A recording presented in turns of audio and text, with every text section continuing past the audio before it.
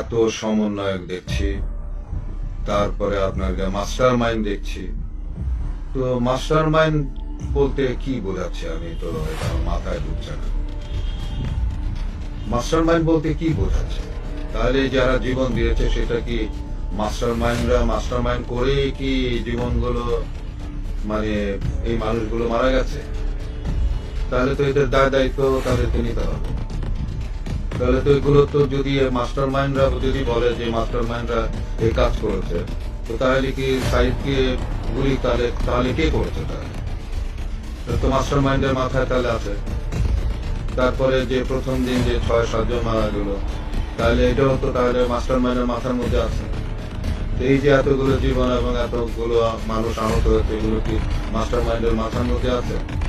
এগুলো কি ছিল? তার যদি এটি থাকে মাস্টার মাইন্ডের, তাহলে তো তাকেও জবাব দিতে হবে।